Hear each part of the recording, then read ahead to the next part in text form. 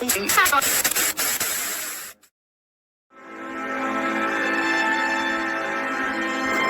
become a slave to a paradigm that's an illusion. All of what you see is not real, though it has real effects upon your life. You are simply maneuvered by a control system that you need to break free of. I'm trying to help you before it comes crumbling down, and then your heart starts pumping very fast. Because in your mind, you will think that your world came to an end. Men's hearts will fail them for fear, for looking after those things that are coming upon the world. That's not from one thing, that's from multiple things.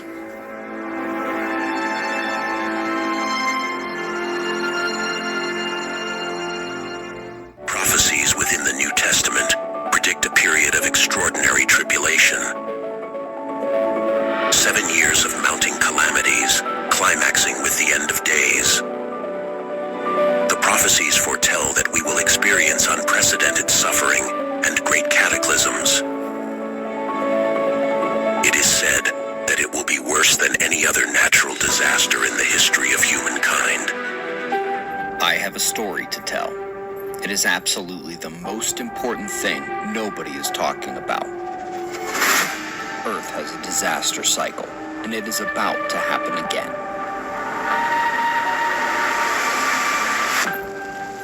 Every single sign is already here. The progress of the catastrophe is accelerating. It is the magnetic pole shift, and it will touch everything in this world, every creature, every piece of critical infrastructure that keeps the modern civilization alive. The weather, volcanoes, earthquakes, and it will usher in the next age of Earth. The story needs a new delivery, with the best experts in the world weighing in. We are all running out of time.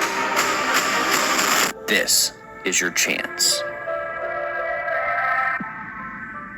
Book of Enoch, chapter 65. And Noah saw the earth turned over and knew its destruction was near.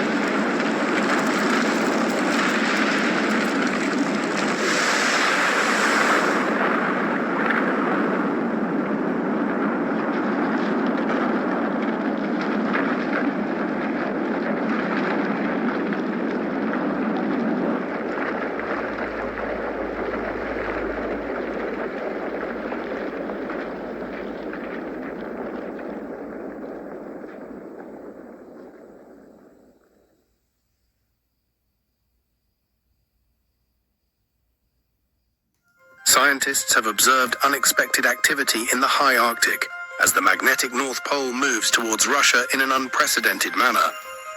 This shift has intrigued researchers worldwide. Jamie, if you want to Google, there's a space.com article titled that in 2025, some scientists are suggesting that the Earth's ocean currents may stop. Have you heard this? I legitimately think we are one or two events away from living in the Stone Age again. And I think it could happen in our lifetime, and it could happen to you and I.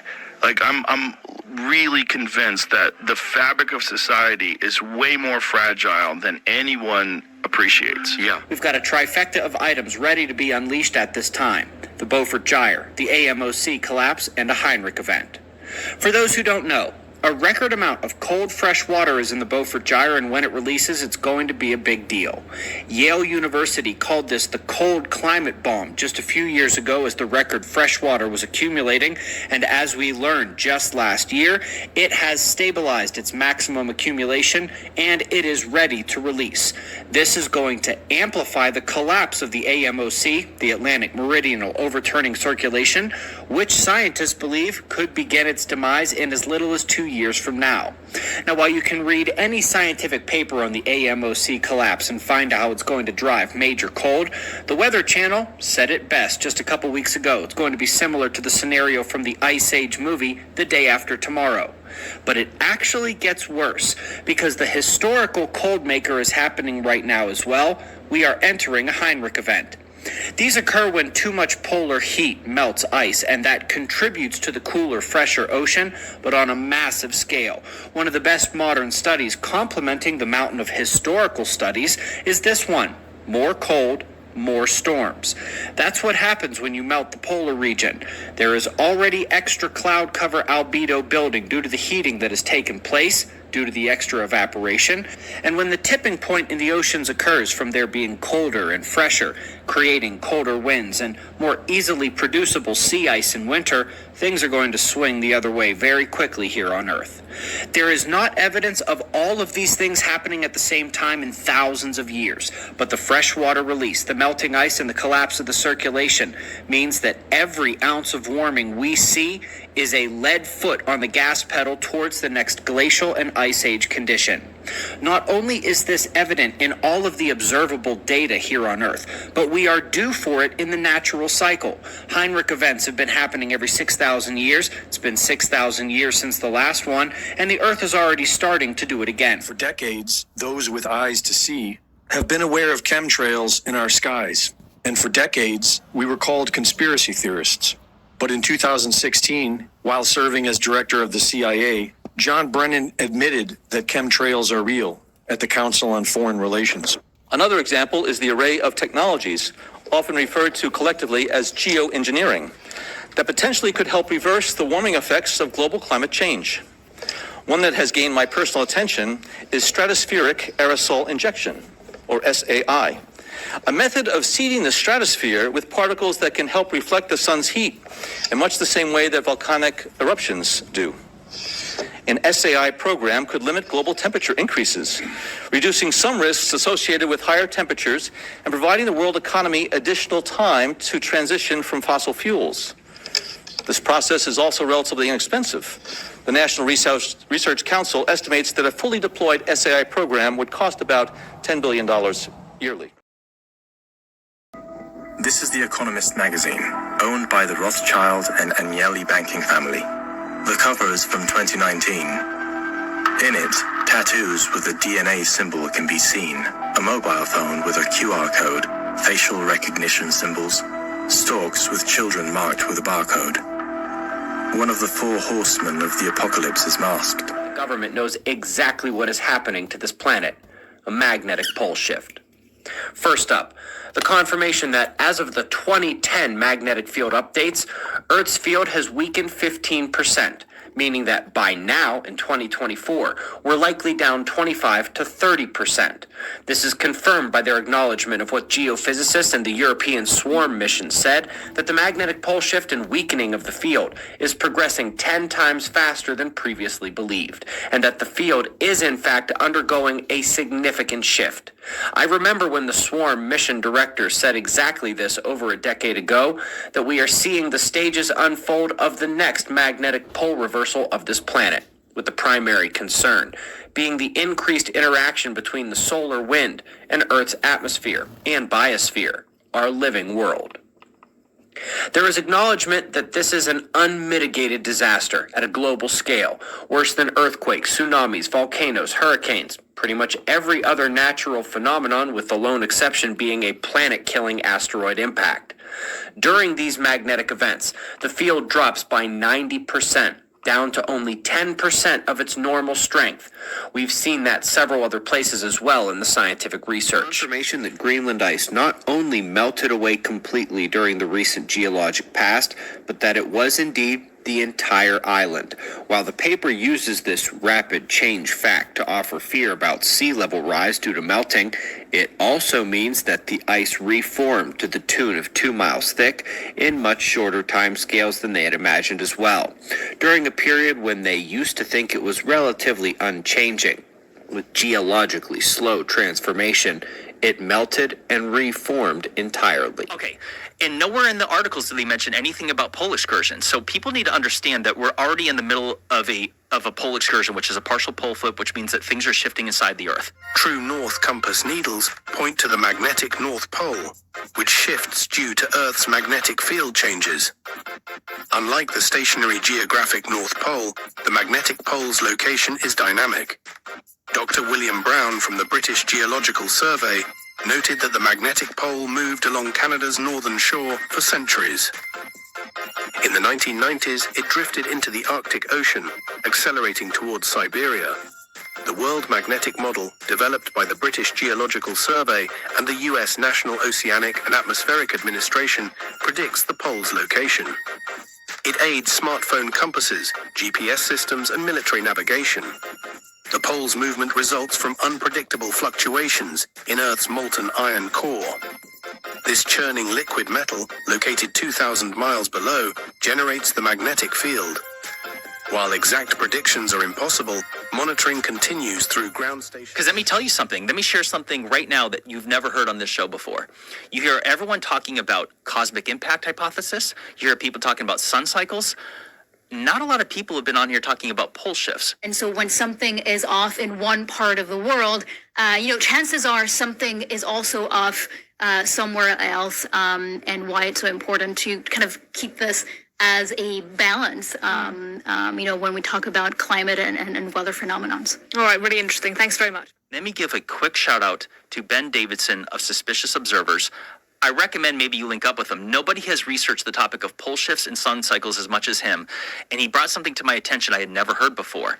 Jamie, the very first slide that you showed was of the Gothenburg excursion. So there was a partial pole flip right in the middle. See how it dates between 13,007 and 12,003? So the Younger Dryas started 12,800 years ago. And it's right in the middle of that ballpark range. We already know, it is established science that when geomagnetic pole excursions happen, it changes weather patterns on Earth as well as the ocean current. But Valerie, first of all, this certainly sounds unusual. Tell us why this is happening. Well, it is a very rare weather phenomenon. The Sahara receives little to no rainfall at all every single year. And when it does rain, it's an average of 3 inches per year. And so when some parts of the region are expected to see 5 times that average, I mean, if you add that up, it sounds like it's not a lot. But in some parts, it could be years worth of rain in just a couple of days. We're changing the currents of the ocean. I don't believe that. But hit don't allow. Don't let them take your data. Look at this. Nowhere in this article did it explain why.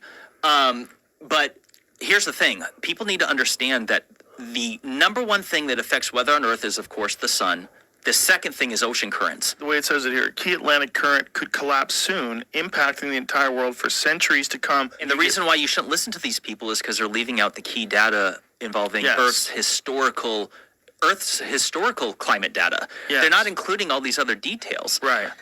And so I think people need to look at pole shifts because it's very interesting in this alternative realm that you have people that are proponents of the cosmic impact hypothesis. You have Dr. Robert Schoch with the sun cycles. You have other people talking about pole shifts. I think people should consider that all the above are correct, and let me explain why. When pole shifts happen, Earth's shields are diminished. We're in the middle of a pole shift right now. The Earth's shields are diminishing, and it's been happening since the 1800s. It's been accelerating over the last few decades. This is scientific data. The North Pole is shifting at like almost 40 miles a year, when it was half that just a decade ago. And when the Earth shields diminish, we are more susceptible to cosmic impacts because 40 miles a year? Google it. This is real. Wow. It's happening. I had no idea. I thought it was feet a year. Now, the mainstream will say, don't worry, it's still another 1,000 years away. And I'm like, they actually can't prove that because we haven't been alive to document a pole shift. But what I'm trying to say is that we should consider the pole shift thing. Brother, ask Elon Musk his thoughts on this sometime. Well, he actually just tweeted something about it recently. What did he say? He tweeted something about the magnetic poles. He tweeted something about I think he actually retweeted the core of the Earth. What's his face? I forget his name, but you were just shouting. Ben Davison? Ben Davison. I'm pretty sure he retweeted Ben Davison. Oh, we need to find that out if that's the case. Top thing today.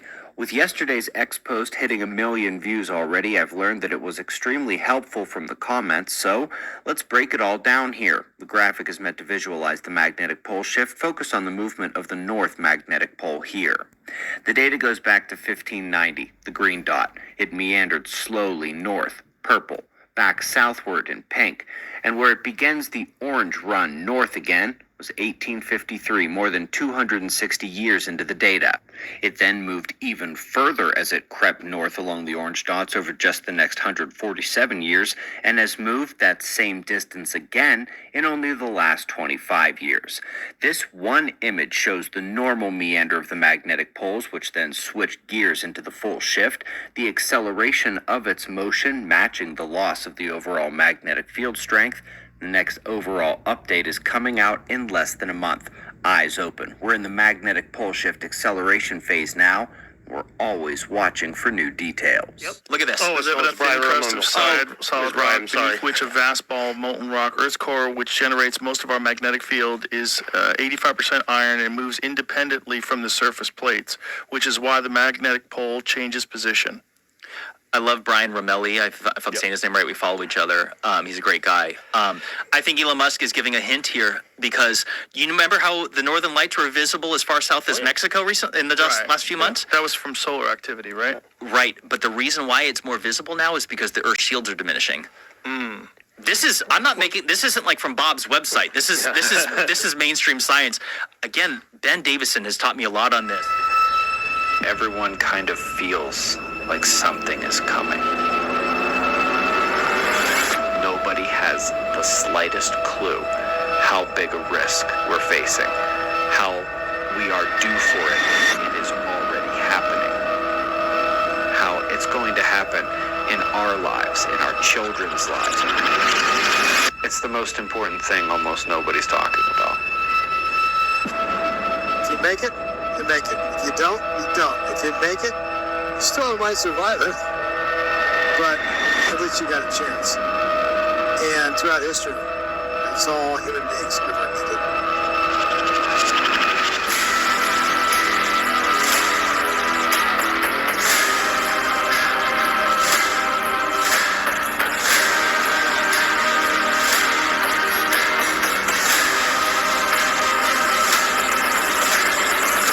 It's the end of the world as we know it.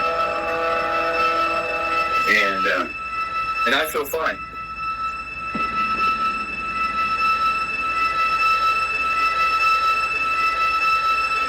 You should consider the possibility that that's related to pole shifts as well. And so I have this map here of the Sahara Desert is what you see in yellow. And so it is normally an area of permanent high pressure. And what that means is that it prevents clouds from forming and so moisture building up. And that is what keeps the desert dry.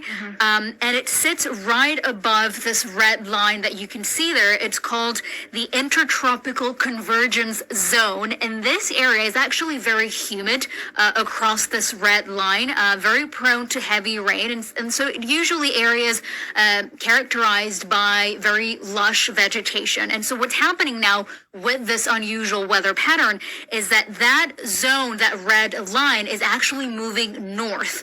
And as that moves north, it's actually bringing rain to areas where usually you don't see rain at all. So we know that convergence zone is actually moving 152 miles further north into the Sahara, and air over North Africa is now holding 3 to 4 times more moisture than usual, causing rainfall.